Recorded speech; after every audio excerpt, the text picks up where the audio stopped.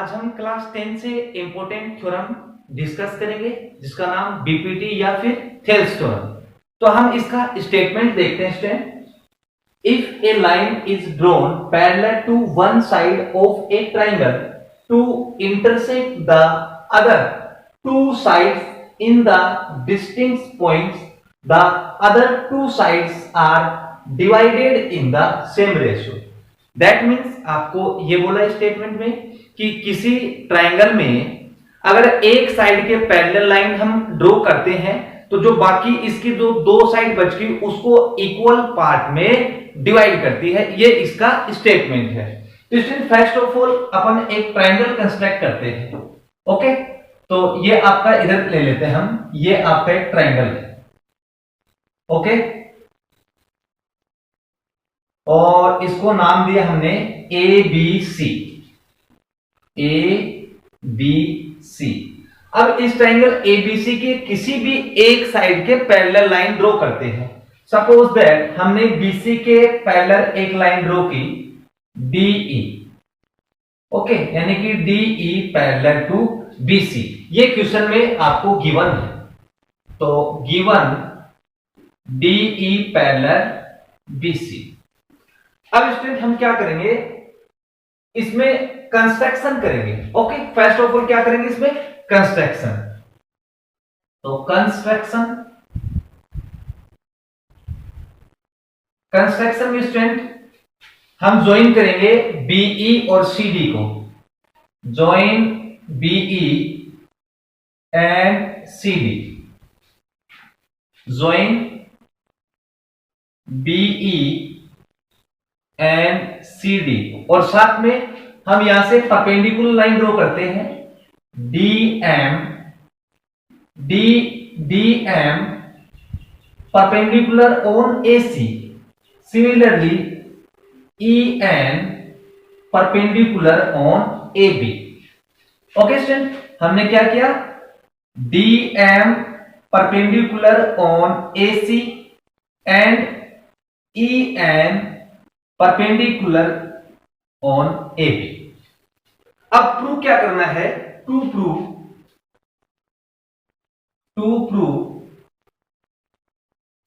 अब देखो ये हमने इसके पहले लाइन ड्रॉ की, तो प्रूव क्या करना था कि ये जो आपकी लाइन है डीई, एडी अपॉन बीडी का रेशियो इक्वल होगा एई अपॉन ईसी। ये हमको प्रूव करना है। ओके, अब प्रूफ पे चलते हैं student. Proof first of all proof के लिए देखो स्टूडेंट, फर्स्ट पार्ट में अपने पास क्या रहा है, एडी अपॉन बीडी। तो हम फर्स्ट ऑफ ऑल ट्राइंगल लेते हैं ADE. In triangle ADE we have, okay हमने ये ट्राइंगल लिया है एडीई। इस ट्राइंगल का एरिया निकालते हैं student. Area of triangle ADE आप बोलेंगे बेस इनटू हाइट अपॉन 2, या फिर half of base into height. अब स्टूडेंट इसकी हाइट क्या होगी और इसका बेस क्या होगा।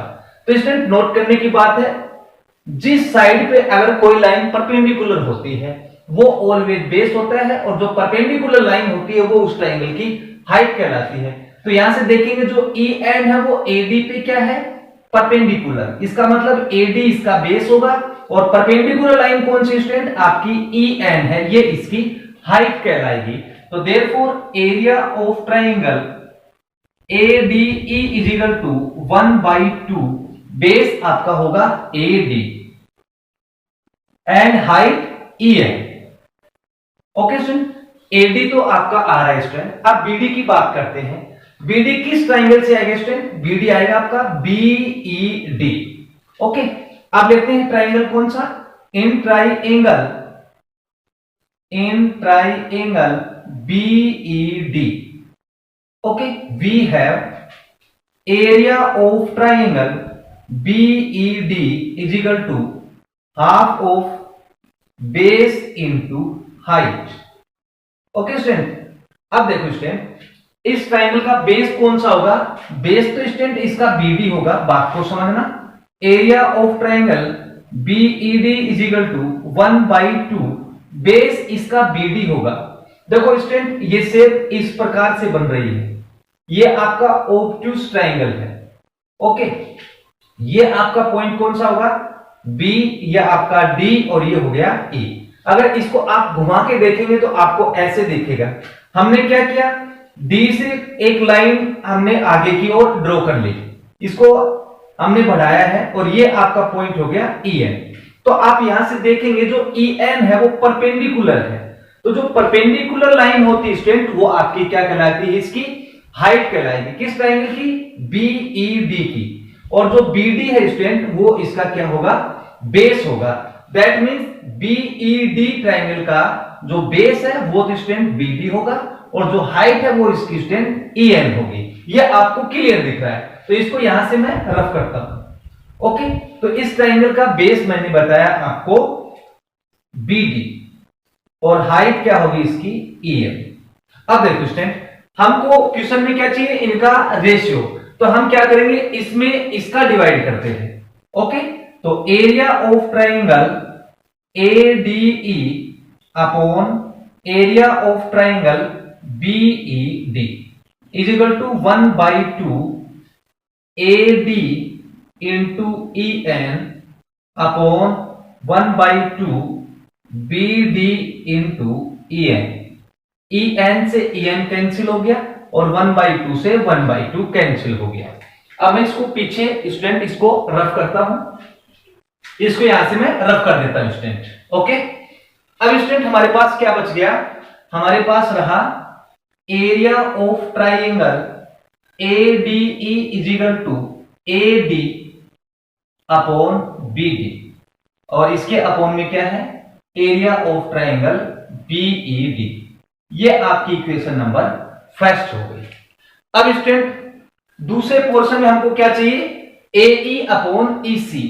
वो कैसे लेके आएंगे, बिल्कुल सिंपल है, बस आपको प्रूव करना है।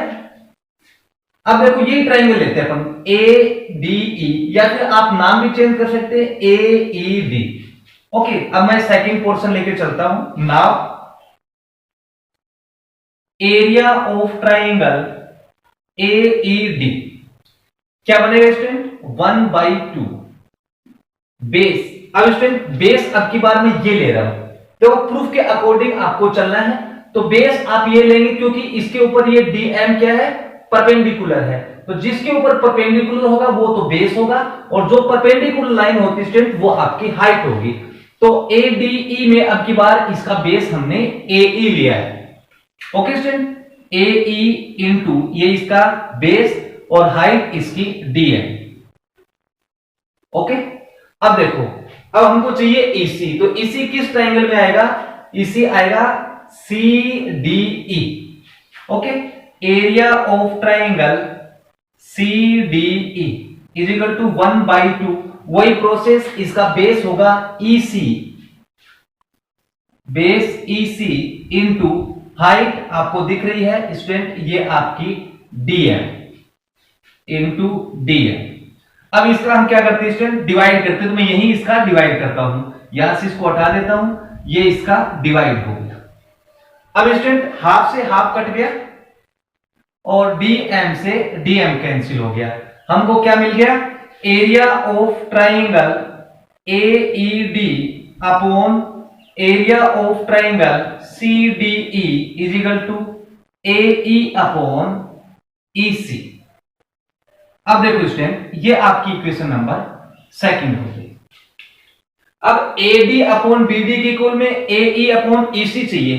तो स्टूडेंट ये अगर ये पोर्शन इक्वल आ रहा है तो ये पोर्शन भी इसका लेफ्ट वाला इक्वल आना चाहिए। तो आपको यहां से दिख रहा है कि एरिया ऑफ ट्रायंगल ADE और एरिया ऑफ ट्रायंगल AED एक ही बात है, ये दोनों तो सेम है, बट नीचे वाले अगर इक्वल हो जाएंगे तो इस पोर्शन को हम आराम से इक्वल कर सकते हैं। तो अब हम चलते हैं इसके फिगर पर। अब देखो स्टूडेंट, कौन सा ट्रायंगल था नीचे, BED ये वाला ट्रायंगल, दूसरा ट्रायंगल था CDE।